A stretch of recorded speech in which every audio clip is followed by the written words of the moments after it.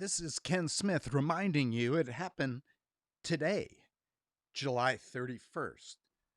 But the year was 1620. The Pilgrims leave the Netherlands for England on their way to settle in America.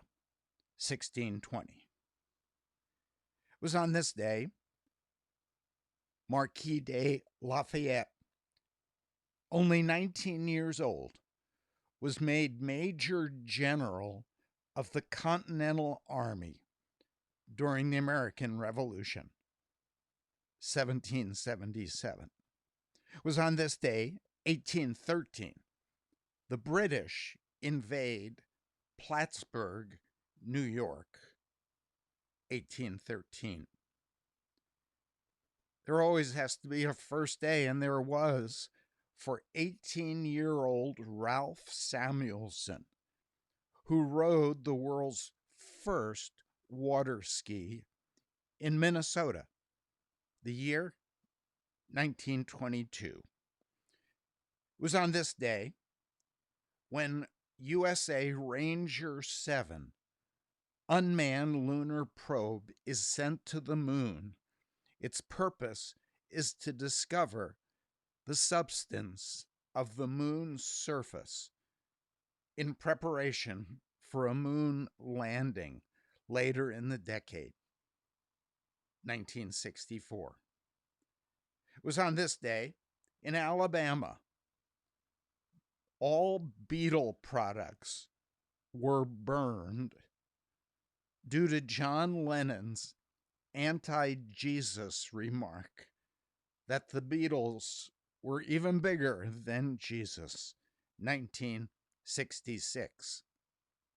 It was on this day that the last time the Royal Navy of England officially sanctioned a rum ration for the sailors, a practice that had been in place since 1740. It was done away with on this day, 1970. It was on this day, 1988, the last Playboy Club closed in Lansing, Michigan, 1988. It was on this day, the only person who was involved in the impeachment proceedings against President Clinton, who then faced criminal charges, was Linda Tripp, who had tapped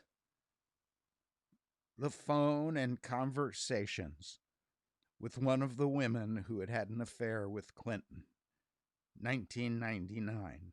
It was on this day, Napster is finally closed down by court order.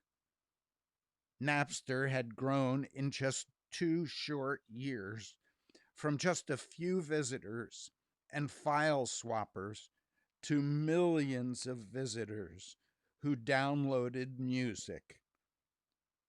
Napster was closed down on this day, 2001. It was on this day, 2006, Fidel Castro temporarily hands over power to his brother, Raul.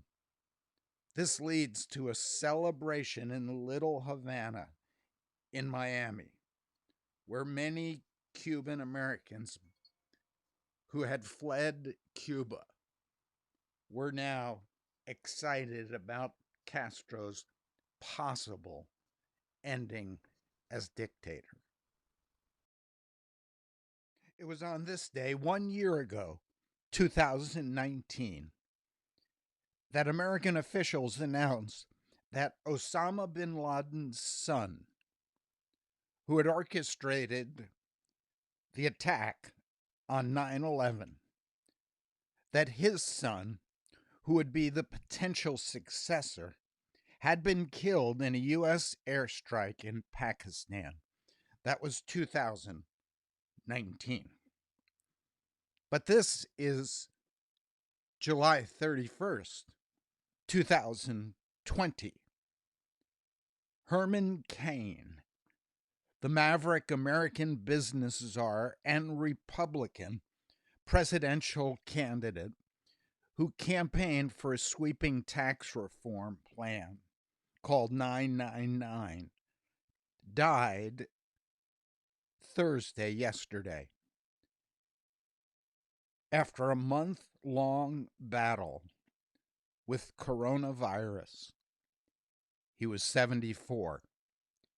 Caine was a regular guest on the Fox network and recently joined Newsmax TV. He was also set to launch a new weekly show.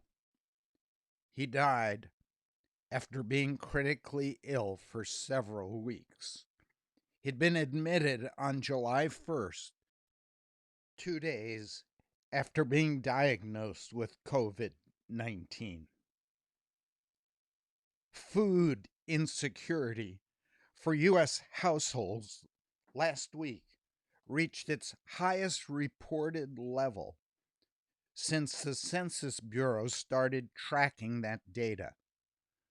Almost 30 million Americans reporting that they'd not had enough food to eat at some point in the past 7 days. Well, there's good news and bad news, confusing news. And behind it all is the good news that this is the day the Lord has made. We will rejoice and be glad in it. This is Ken Smith reminding you it happened today, July 31st, 2020.